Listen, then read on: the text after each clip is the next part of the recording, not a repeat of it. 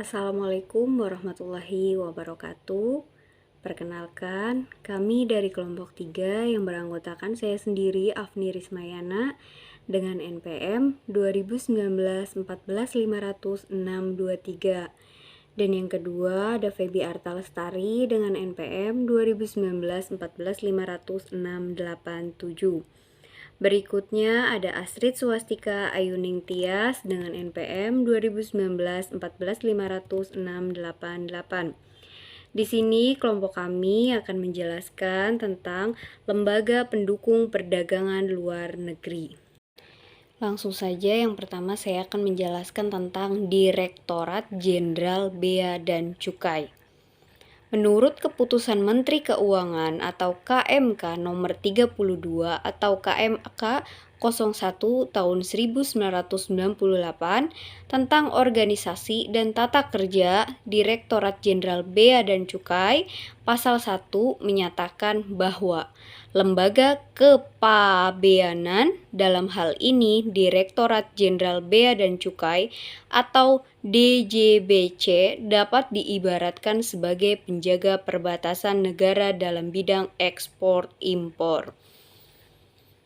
Direktorat Jenderal Bea dan Cukai disingkat DJBC atau Bea Cukai adalah nama dari sebuah instansi pemerintah yang melayani masyarakat di bidang kepabeanan dan cukai. Pada masa penjajahan Belanda, bea dan cukai sering disebut dengan istilah douane. Seiring dengan era globalisasi, bea dan cukai sering menggunakan istilah custom. Berdasarkan Undang-Undang Nomor 17 Tahun 2006 tentang Kepabeanan Pasal 1, kepabeanan adalah segala sesuatu yang berhubungan dengan pengawasan atas lalu lintas barang yang masuk dan keluar daerah pabean, serta pemungutan bea masuk dan bea keluar. Dari definisi kepabeanan di atas dapat kita jelaskan sebagai berikut.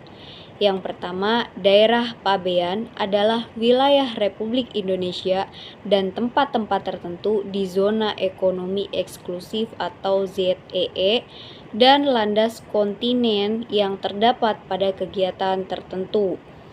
Yang kedua, kantor pabean adalah kantor dalam wilayah lingkungan Direktorat Jenderal Bea dan Cukai, tempat dipenuhinya kewajiban pabean. Yang ketiga, kawasan pabean adalah kawasan dengan batas-batas tertentu di pelabuhan laut, bandar udara, atau tempat lain yang ditetapkan untuk lalu lintas barang yang sepenuhnya berada di bawah pengawasan Direktorat Jenderal Bea dan Cukai. Yang keempat, kewajiban pabean adalah semua kegiatan di bidang kepabeanan yang wajib dilakukan untuk memenuhi ketentuan yang telah ditetapkan atas barang ekspor dan impor. Yang kelima, wewenang pabean dalam rangka mengamankan hak-hak negara atas barang ekspor dan impor. Aparat pabean memiliki berbagai wewenang. Kewenangan pejabat bea dan cukai antara lain: yang pertama, wewenang patroli, wewenang penyegelan, wewenang pemeriksaan barang, pemeriksaan pembukaan atau audit kepabeanan, pemeriksaan bangunan, pemeriksaan sarana pengangkut, kemudian pemeriksaan badan. Yang keenam, bea masuk adalah pungutan negara berdasarkan Undang-Undang Kepabeanan yang dikenakan terhadap barang impor. Bea keluar adalah pungutan negara berdasarkan Undang-Undang Kepabeanan yang dikenakan terhadap barang ekspor. Bank devisa di dalam negeri dan luar negeri. Bank devisa yang berada di dalam dan luar negeri memegang peran penting dalam menjamin kelancaran transaksi pembayaran ekspor dan impor. Bagi importir Indonesia yang ingin mengimpor barang dari luar negeri, bank devisa di Indonesia berfungsi sebagai bank pembuka opening bank dalam penerbitan surat kredit berdokumen atau letter of credit atau L atau C. L atau C impor dibuka oleh importir Indonesia atas nama eksportir di luar negeri. Bank devisa di dalam negeri. Di lain pihak juga dapat berfungsi sebagai bank penerus yang menerima L atau C ekspor. L atau C ekspor adalah L atau C yang dibuka oleh pembeli importir di luar negeri yang ingin membeli barang dari penjualan eksportir yang ada di Indonesia. Dengan adanya L atau C eksportir Indonesia tidak perlu takut mengekspor barangnya ke luar negeri karena sudah ada jaminan pembayaran berupa L atau C ekspor. Bank devisa di Indonesia juga berperan dalam penerbitan surat kredit berdokumentasi dalam negeri atau SKBDN atau L atau C lokal. L atau C lokal digunakan untuk membantu kelancaran transaksi perdagangan di dalam negeri yang para penjual dan pembeli letaknya berjauhan sehingga membutuhkan jasa bank sebagai pihak ketiga agar ada jaminan pembayaran dan jaminan penerimaan barang. Selain itu, bank devisa juga berperan sebagai tempat untuk menerima pembayaran biaya masuk impor duty. Selanjutnya, saya akan menjelaskan perusahaan jasa transportasi dan jasa kepabeanan. Perusahaan jasa transportasi atau freight forwarder atau forwarding agent adalah badan usaha yang bertugas menangani perusahaan transportasi yang meliputi pengumpulan muatan, melakukan pengepakan, dan mengurus dokumen pengangkutan. Tugas freight forwarder lebih luas dari tugas ekspedisi seperti EMKL atau ekspedisi muatan laut, MQ atau ekspedisi muatan kapal udara, dan MK atau ekspedisi muatan kereta api. Perusahaan pengurus jasa kepabeanan atau PPJK adalah badan usaha yang melakukan kegiatan pengurusan kewajiban pabean untuk atas nama kuasa importir dan eksportir. Perusahaan pemberitahuan pabean dapat dilakukan oleh pengangkut, importir, atau eksportir yang bertindak sebagai pemilik barang. Namun tidak semua pemilik barang menguasai peraturan tentang tata laksana kepabeanan, atau karena suatu hal yang tidak menyelesaikan sendiri kewajiban pabean, maka Undang-Undang Kepabeanan memberi kemungkinan kuasa menyelesaikan kewajiban pabean tersebut kepada PPJK yang telah terdaftar di Kantor Pelayanan Bea dan Cukai. Bea masuk atas impor merupakan tanggung jawab importir yang bersangkutan. PJJK harus mematuhi keseluruhan perundang-undangan kepabeanan, perpajakan, dan ketentuan lain di bidang impor dan ekspor, agar dapat membantu kelancaran tugas dan fungsi Direktorat Bea dan Cukai. Contoh perusahaan jasa transformasi atau freight forwarder antara lain DHL Global Forwarding, SDV Logistik Indonesia, Kuhn Legal, Panalpina, Schenker, dan lainnya. Berikutnya, perusahaan pengangkutan laut, udara, dan darat. Perusahaan pengangkutan adalah perusahaan yang memiliki dan mengoperasikan alat-alat pengangkutan seperti kapal laut, pesawat udara, atau kereta api. Sedangkan perusahaan jasa pengangkutan hanya bergerak dalam jasa pelayanan pengurusan pengangkutan barang. Pengangkutan barang ekspor-impor sebagian besar dilakukan melewati jalur laut, karena kapal laut dapat mengangkut barang dalam jumlah yang besar dan juga biaya yang relatif lebih terjangkau bila dibandingkan dengan jalur udara. Perusahaan pelayaran samudera di samping berperan dalam pengangkutan barang ekspor antar negara, juga berperan menerbitkan dokumen pelayaran.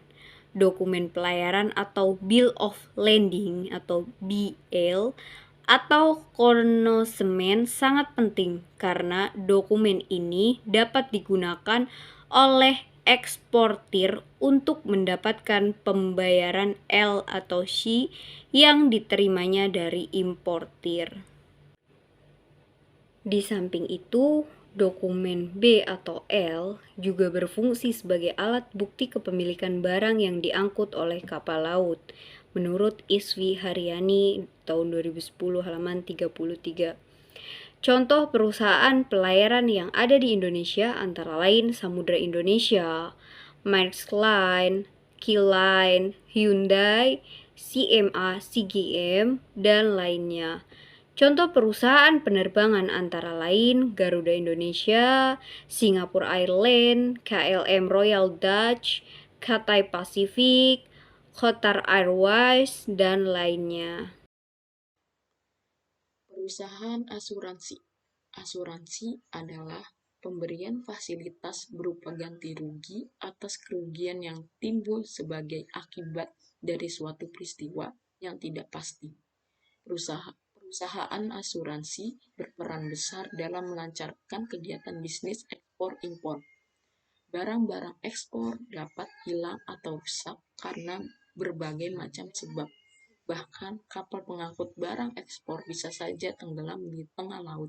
Risiko semacam ini tentu saja akan sulit jika hanya ditanggung oleh eksportir atau importir.